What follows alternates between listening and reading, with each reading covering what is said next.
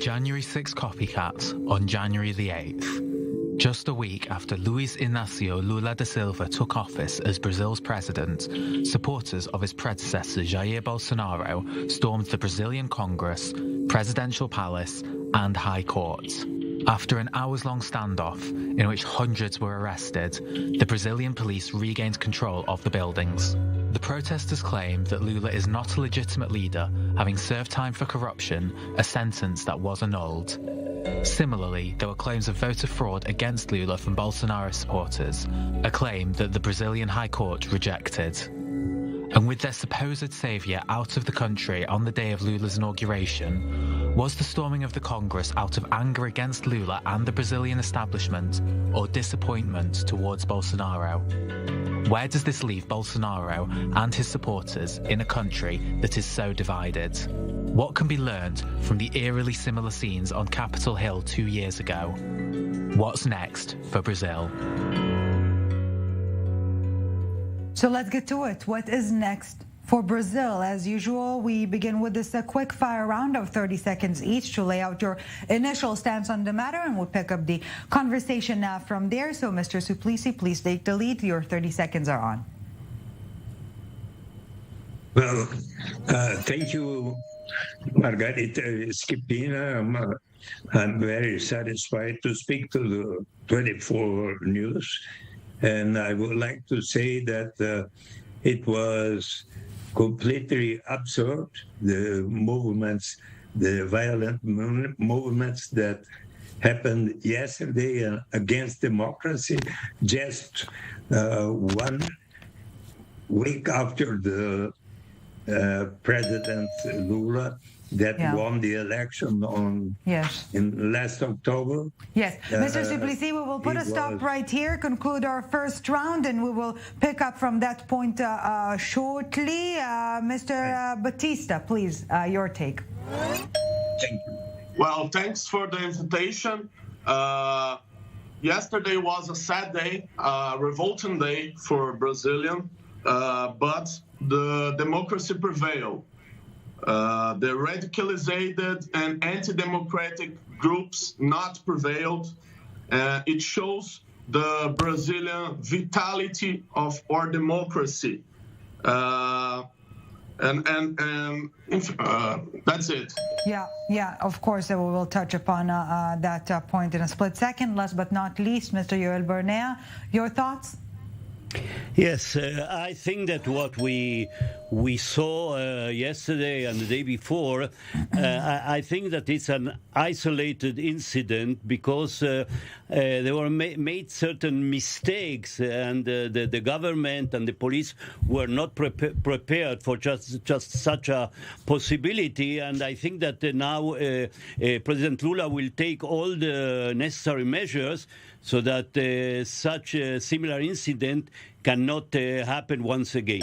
Okay, gentlemen, and on that note, please feel free to interact. And let's begin from the point Mr. Barnea just mentioned. What we've seen yesterday was anything but spontaneous and sporadic, obviously well-planned, well-orchestrated. How come it went under the radar of security forces? Are security forces in the mix here, Mr. Suplicy? Well, the people, the governor of the federal district had responsibility for having security in Brasilia, and he did not make all the efforts to contain that people that were making a rebellion and the destruction of the 3 most important buildings during the yesterday's afternoon. And but today I have already participated in a democratic act at the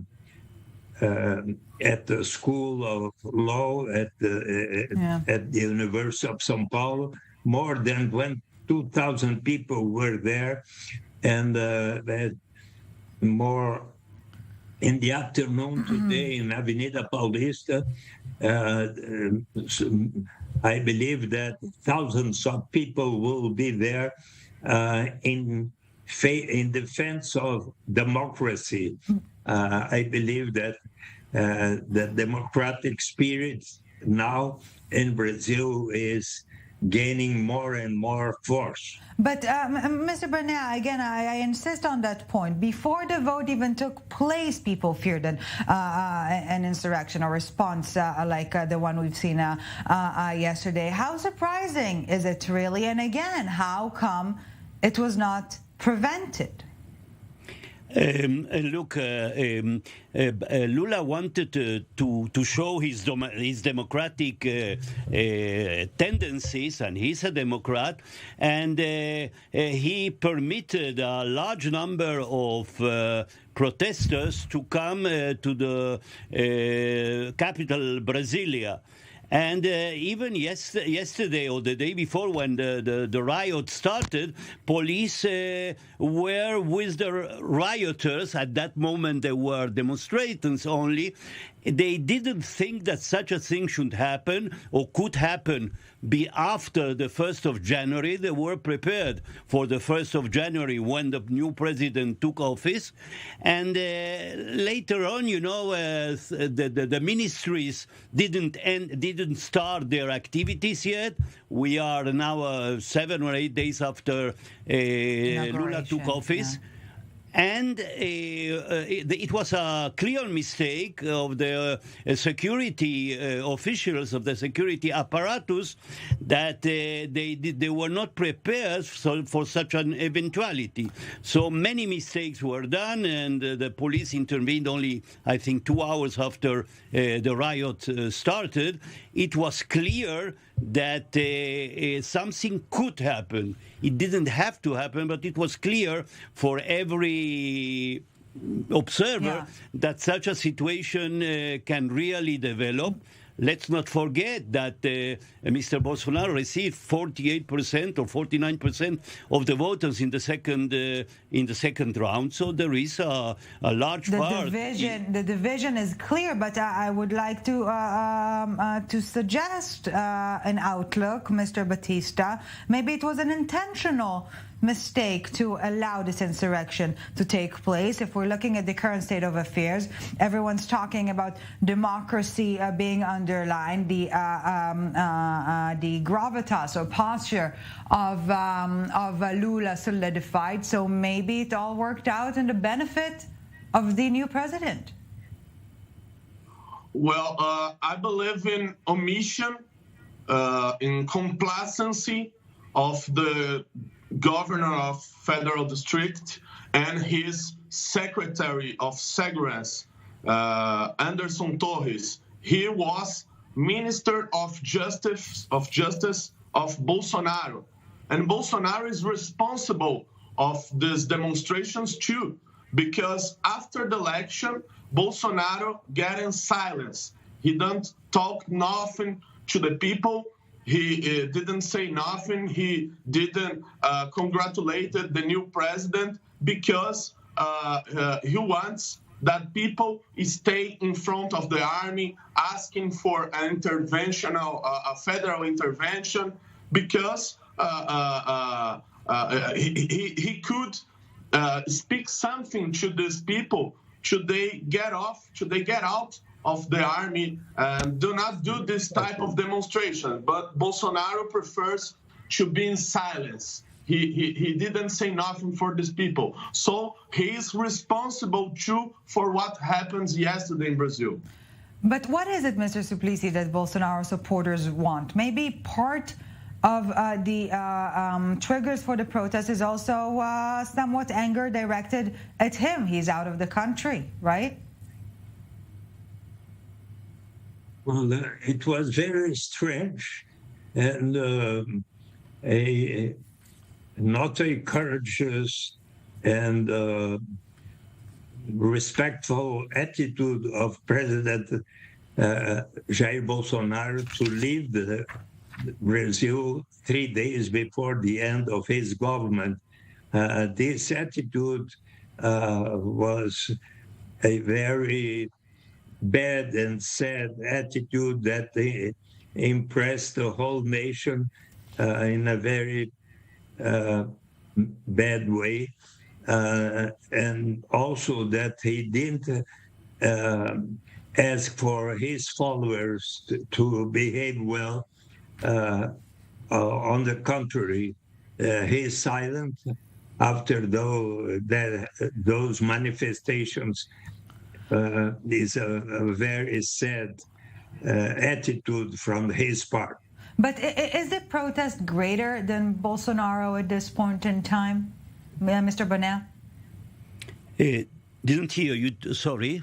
I'm asking whether the protests or the winds of protests are greater than Bolsonaro himself at this point in time. No, I don't think so. I think that it was clear that Bolsonaro incited those protesters in those 2 months between the end of the election, between the election results and the assumption of power of Lula. And he condemned, but not very harshly, different incidents. And this one also, he condemned it, but he explained that also in the period of government of Lula, some certain things, similar things happened. And I think that he didn't prepare this physically, but he is the spiritual responsible of what happened these last 2 days. And Mr. Battista, in the short time we have left to conclude the first part of our discussion, does the insurrection strengthen or weaken Lula? I think it strengthened Lula, of course, because now he did a federal intervention in the federal district. So in the 8th or 9th day of government, he get a security secretary of other state.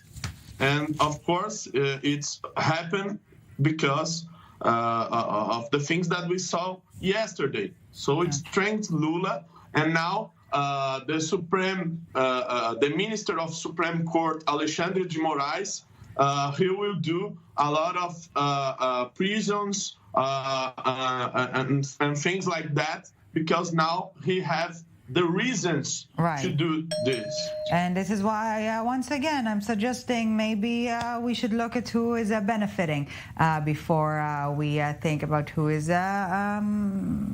facilitating events like this to take place. On that note, we're taking a very short break, but we're back right after with all of you gentlemen to continue our discussion, so do not go anywhere. We're back in a few minutes. Welcome back to the summit. Still with us, Eduardo Suplicy, Yoel, Barnea, and Renato, Battista. Thank you, gentlemen, very much for staying with us. We're also staying on topic, but we want to zoom out now. Let's first take a listen to some international reactions. Let me cut to the chase. Widespread condemnation. Take a listen. China pays close attention to and firmly opposes the violent attack on the federal authorities in Brazil on January the 8th. Brazil is China's comprehensive strategic partner. China supports the measures being taken by the Brazilian government to calm the situation, restore public order, and maintain national stability. We believe that under the leadership of President Luiz Inácio Lula da Silva, Brazil will maintain national stability and social harmony. This is an attack on democratic institutions and therefore also an attack on democracy.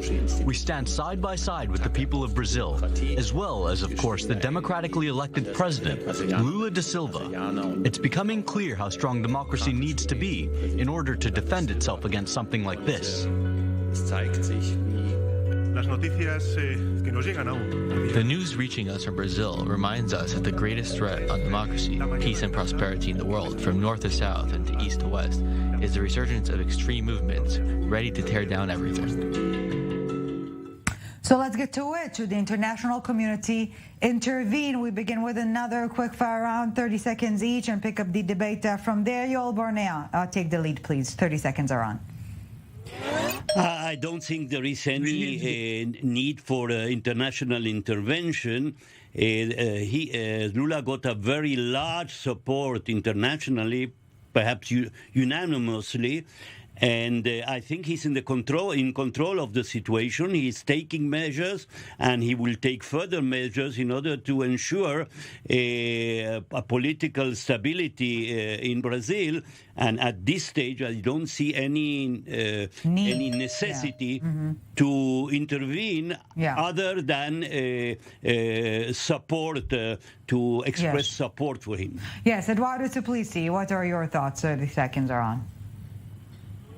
I agree that from all leaders of all countries in all continents, we have had words of support in favor of Lula and the democratic institutions. So I'm sure that Lula is having the necessary support from the leaders, the democratic leaders elected in all countries. And last but not least, Mr. Battista, your take? Of course not, because Brazil resolves and will resolve crisis internally. We appreciate international democratic solidarity, but we don't need any kind of foreign intervention. And on that note, gentlemen, please feel free to interact. As we mentioned earlier in our discussion, Bolsonaro is currently not in Brazil, but rather in the United States. And this past hour reports that he's once again being hospitalized, not for the first time. Once we will have more credible information on that, we'll, of course, update you on that. But we also hear calls in the U.S. to expel him back to Brazil, or at least out of the U.S. How feasible is that? Should it be done on behalf of the U.S., Mr. Battista? Well, I think that I want to say is in 2006, the landless movement is a movement connected to the left wing and to the Workers' Party. They invaded the Chamber of Deputies. I think that Mr. Suplicy was senator in this time, and I want to ask him, what do you think about this invasion of the landless movement in 2006, or the other invasions of private property that the landless movement did? Like in the last year, the landless movement invaded the headquarters of a company and destroyed everything. I think that we need to criticize the invasion and depredation on the right and in the left. Let's allow Mr. Suplicy to react, of course. I believe that as long as the federal government and all the others really have an attention to the reivindications of the landless movement, workers' movement, I believe that we will have peace in all Brazilian territory. And I'm sure that Lula's government will give large steps towards the agrarian reform that it is necessary. Okay, back on a topic, Mr. Yoel Barnea, is it a blessing in disguise, so to speak, for Lula's global standing? Well, it was a very negative experience, of course, but I think that for the time being, he's victorious, Lula, because he got in control the situation, and I think that now he's more precautious, and he will take all the necessary steps that there shouldn't be any instability in Brazil. I wanted to add to the question that was made before by you concerning Bolsonaro. Yes. he escaped, so to say, 2 days or 1 day before Lula took power, and he lost his immunity, and he's afraid that he, together with a certain number of other people, including his sons, could be brought to justice now that he lost his immunity. So I think that he has responsibilities, and he has to confront those responsibilities vis-à-vis the people of Brazil. Mr. Suplicy, should or even can Lula seek reconciliation, national reconciliation? If he may have a word of reconciliation, is that? Well, I believe that Lula is asking people of all parties, all political parties, to respect the Brazilian constitution and the Brazilian laws, and to respect the results of the election. And I believe that he will be successful in doing this. And I hope that this movement of people who were so against the Brazilian government will diminish very much its force. And Mr. Battista, in the brief time we have left, is Brazil out of danger, the danger zone, if you will? Is it still facing the risk of a coup? No, Brazil will not suffer a coup. But I want to say that Lula will not pacify anything, because Lula is the guy who invented the us against them. Yeah, he invented it in 2002 when he was president for the first time. He said that people who did the demonstration in favor of the impeachment of Dilma Rousseff were scammers, were wanting a coup. So Lula was never a democratic guy. So he doesn't have the capability to pacify Brazil. Lula is friend of a lot of dictatorships around the world. Lula is friend of the president of Honduras. He is friend of the president of Cuba and things like that. Yes. Well, unfortunately, we're out of time, definitely not out of passion, and we will continue to discuss the ongoing political turmoil in Brazil in the future, I suspect. Mr. Yoel Barnea, Renato Battista, and Eduardo Suplicy, thank you so very much, gentlemen, for your time.